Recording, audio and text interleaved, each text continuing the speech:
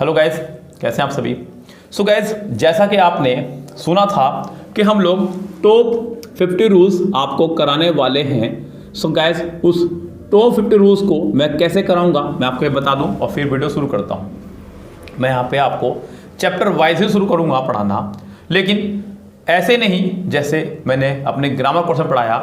मैं सिर्फ उस चैप्टर से जो इंपॉर्टेंट पॉइंट्स होंगे वो आपको सजेस्ट करता हुआ चलूंगा। यस गाइज, यहाँ पर सिर्फ इंपॉर्टेंट रूल्स मैं आपको बताने वाला हूँ, कुछ एक्स्ट्रा मैं आपको यहाँ नहीं बताने वाला हूँ। अगर मैं बात करूँ, पहला चैप्टर जो मेरे सामने है वो है आपका आर्टिकल, और आर्टिकल इंग्लिश ग्रामर का सबसे टफ चैप्टर में से एक है। यहाँ इतना कुछ करने के बाद भी आर्टिकल की एरर फाइंड नहीं कर पाते हैं स्टूडेंट्स, लेकिन मैं आज आपको आर्टिकल के सिर्फ उन रूल्स और ट्रिक्स को बताऊंगा जिनसे आप भी एरर फाइंड करना सीख सकते हैं बहुत इजीली और बहुत ही जल्दी गाइस। यहाँ पर रूल्स इतने इजी तरह से मैं आपको एक्सप्लेन करूंगा कि आपको लगेगा हाँ अब मैं भी आर्टिकल कर सकता हूँ, डेफिनेटली कर सकता हूँ। यहाँ पर किसी को आर्टिकल का के बाद प्रैक्टिस सेट चाहिए तो मैं वो भी प्रोवाइड करा दूंगा, लेकिन फिलहाल मैं आपको आर्टिकल से टॉप मोस्ट रूल आपको बता दूं, जरा ध्यान दीजिएगा। पहले गाइस, सबसे पहले आप ये समझिए कि आर्टिकल है क्या। गाइस, यहाँ पे आर्टिकल जो है आप इसको ये समझिए, आर्टिकल में आपके दो आर्टिकल आएंगे, डेफिनेट और इनडेफिनेट, डेफिनेट और इनडेफिनेट। डेफिनेट आर्टिकल के अंदर आपका रहने वाला है ओनली द, और इनडेफिनेट आर्टिकल के अंदर आपका रहने वाला है ए और एन। यहां पर बात करूं अगर मैं द की, तो ध्यान रखें गाइस, जितनी भी डेफिनेट वस्तुएं हैं उन सबसे पहले, जितनी भी डेफिनेट वस्तुएं हैं उन सबसे पहले आपको द लगाना है। लाइक आपने कहा ये बोर्ड, तो द बोर्ड, टेबल रखी हुई है सामने मेरे, the table, the book, the board, the table, the pen, कुछ भी गाइस, यानी कि वो वस्तु जो अपनी जगह फिक्स है, हिल नहीं सकती अपने आप से, वो डेफिनेट है। सिंपल सी बात है। हालांकि दुनिया में प्रत्येक वस्तु डेफिनेट ही है, इंसान और जानवर को छोड़ करके। तो the book is on the table, आपने द का इस्तेमाल किया। और दुनिया में जितनी भी चीज़ यूनिक हैं, क्या है गाइज? यूनिक। यूनिक से मतलब जो अपने आप में एकमात्र हैं, जिनके जैसा दूसरा कोई नहीं है, उससे पहले भी आप आर्टिकल द लगाने वाले हैं, ये ध्यान रखिए। आपको बहुत सारे रूल्स नहीं याद करने हैं कि नदियों के नाम से पहले, पहाड़ों के नाम से पहले, पर्वत के नाम से पहले, धार्मिक पुस्तकों के नाम से पहले, बिल्कुल नहीं। आप सिर्फ याद रखें जितनी भी यूनिक वस्तुएं हैं, जितनी भी यूनिक चीज़ें हैं इंग्लिश ग्रामर में और ब्रह्मांड में, आपको उनके साथ द लगाना है, ये ध्यान रखें। आपने कहा अर्थ, क्या अर्थ जैसा दूसरा है? आप सोचिए, नहीं है तो द लगाइए। अगर आपको दिख रहा है कि अर्थ जैसा दूसरा है तो मत लगाइए।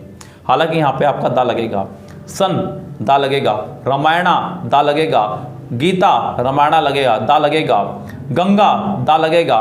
तो गाइस, यहाँ पे जितनी भी यूनिक वस्तुएं हैं उन सबसे पहले आपको द का इस्तेमाल करना है। और गाइस, यहाँ पे एन की बात समझिएगा। देखिए, अ और एन को आप लोग आर्टिकल ना पढ़े तो ज़्यादा अच्छा होगा।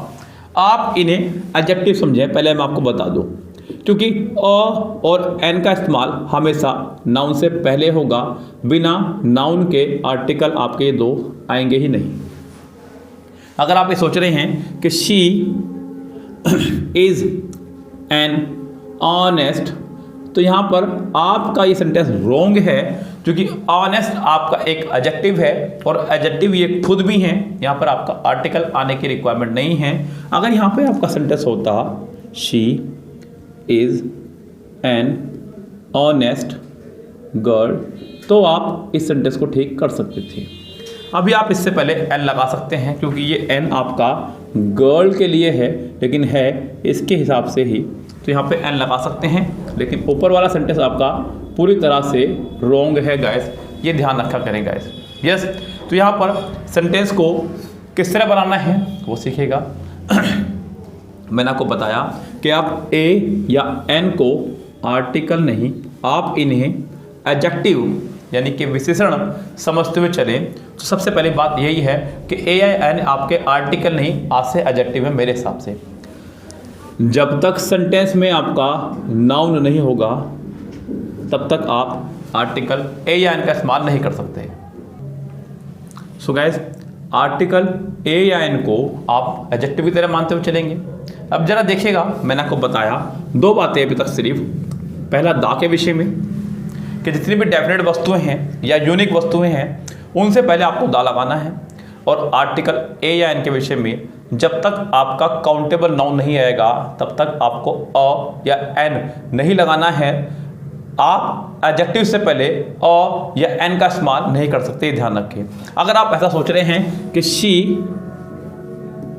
Is an intelligent, she is an intelligent, तो ये गाइस आपका रोंग है, क्योंकि इंटेलिजेंट कोई आपका नाउन नहीं है बल्कि ये एक एडजेक्टिव है। आपको एडजेक्टिव से पहले एडजेक्टिव लगाने की सलाह मैं नहीं दूंगा। यहाँ पर जब तक इसके बाद कोई नाउन नहीं आएगा आप ए या एन का इस्तेमाल नहीं कर सकते। ओके गाइस, तो यहाँ पर पहला रूल आर्टिकल को लगाने का ये रहा आपके सामने। दूसरा रूल समझे गाइस, यहाँ पर रूल नंबर 2 समझिएगा ढंग से। क्या कह रहा है मैं आपको बता दूं, हु, whom, which, what और that। गाइज इन पांचों को अंग्रेजी ग्रामर में कहा गया है relative pronoun. Relative pronoun, relative pronoun मतलब एक वो वर्ड जो पिछले सेंटेंस का दूसरे सेंटेंस से आपको रिलेशन बताए, उसको बोलते हैं गाइज रिलेटिव प्रोनाउन। क्या बोलते हैं? Relative pronoun. Who, whom, which, what, that से पहले अगर कभी कोई नाउन खड़ा हो, who, whom, which, what, that से पहले अगर कोई नाउन खड़ा हुआ हो तो गाइस आपको उस नाउन से पहले हमेशा दा लगाना है। सबसे इंपॉर्टेंट बात, who, whom, which, what, that से पहले कभी भी कोई नाउन होगा तो आपको उस नाउन से पहले दा का इस्तेमाल करना है, ये बात ध्यान रखें।